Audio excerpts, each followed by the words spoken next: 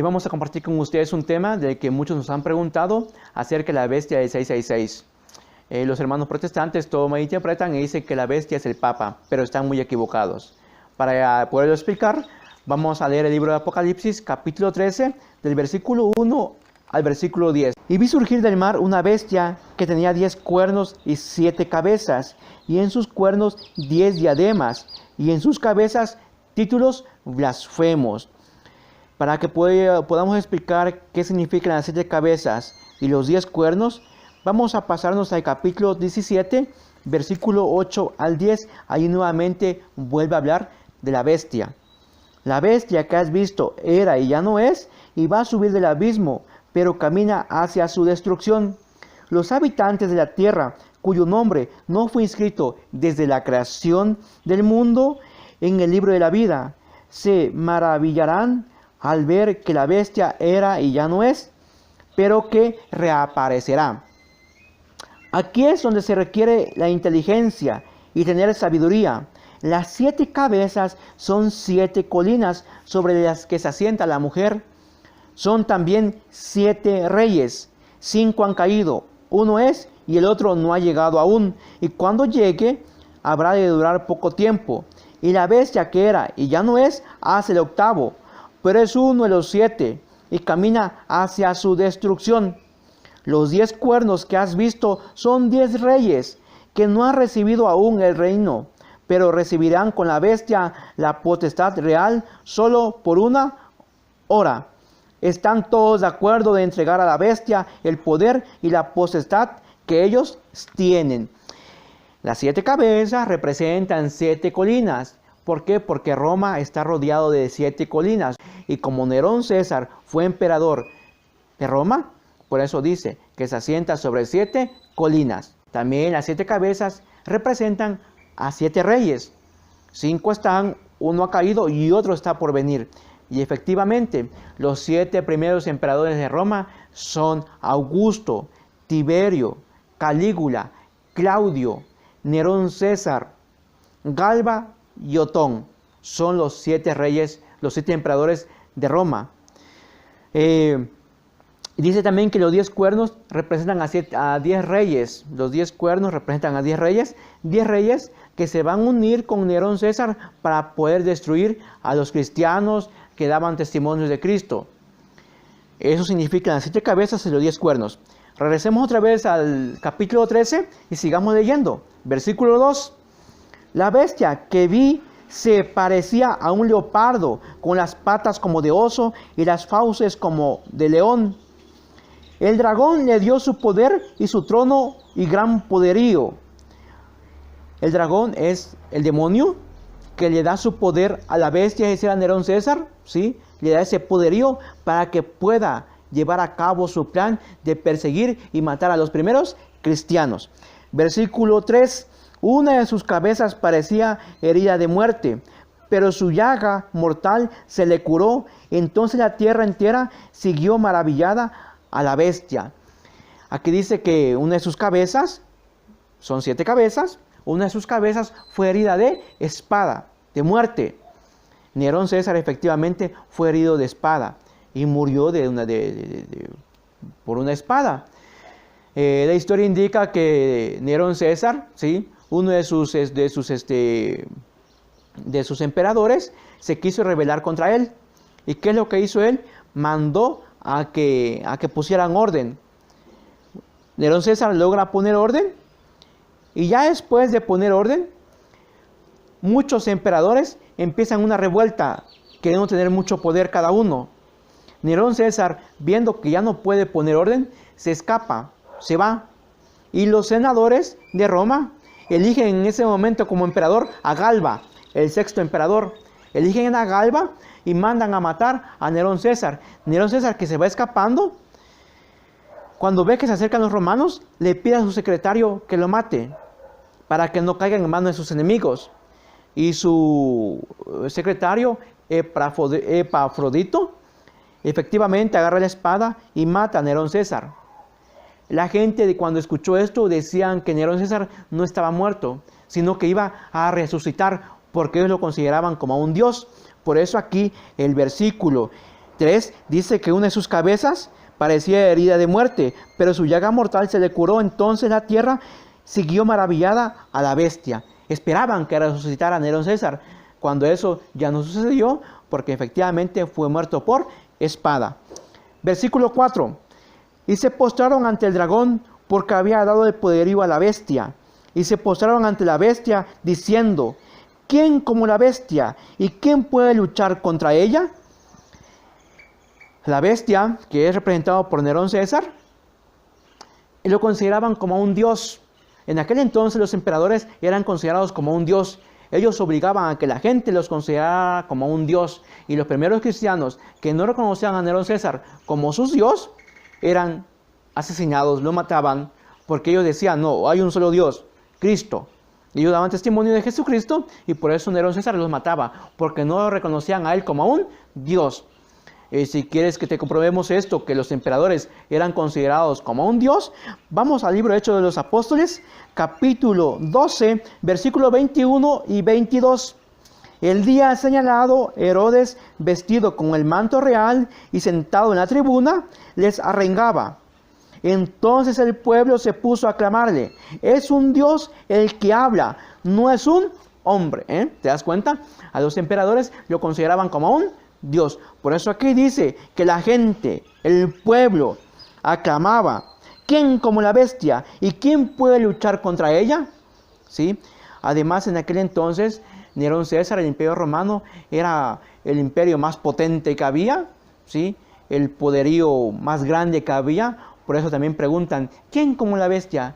¿Y quién puede luchar contra ella? Versículo 5.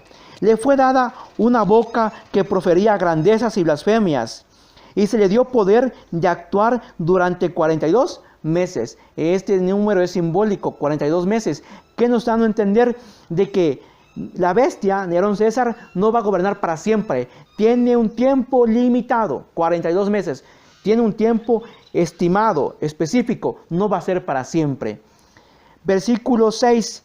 Y ella abrió su boca para blasfemar contra Dios, para blasfemar de su nombre y de su morada, y de los que habitan en el cielo. Se le concedió hacer la guerra a los santos y vencerlos. Se le concedió poderío sobre toda raza, pueblo, lengua y nación. Efectivamente, Nerón César le hacía la guerra a los primeros cristianos, a los santos, y los vencía. Tenía ese poder. Los santos, en sus muertes, ellos daban testimonio de Cristo. ¿Sí? Versículo 8. Y la adorarán todos los habitantes de la tierra, cuyo nombre no está inscrito desde la creación del mundo en el libro de la vida del Cordero degollado. Versículo 9. El que tenga oído, oiga. El que a la cárcel ha de ir. El que ha de morir a espada ha de morir. Aquí se requiere la paciencia y la fe de los santos. El que a espada ha de morir. Nerón César fue muerto de espada. Vamos a pasarnos al versículo 18. Ahí nos da la cifra para que podamos explicar el número 666. Versículo 18. Aquí está la sabiduría, que el inteligente calcule la cifra de la bestia, pues la cifra es de un hombre.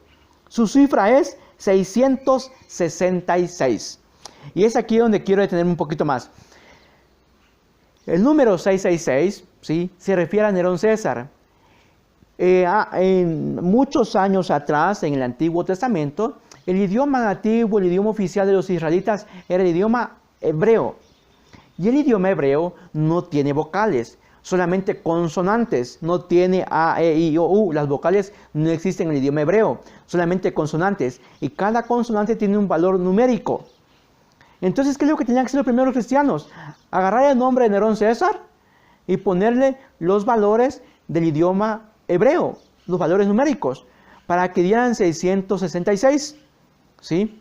El libro de Apocalipsis fue escrito en griego, pero el valor del 666 está en hebreo. Y para eso te preparé en este pizarrón pequeño las cifras para que pueda explicártelo más fácilmente.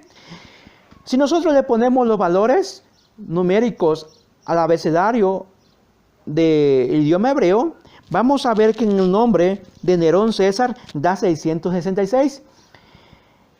Fonéticamente, la palabra NRWNQSR, fonéticamente se pronuncia Nerón Kaiser, que significa Nerón César. Si te das cuenta, no hay ninguna vocal, porque en el idioma hebreo no hay vocal, solamente consonantes.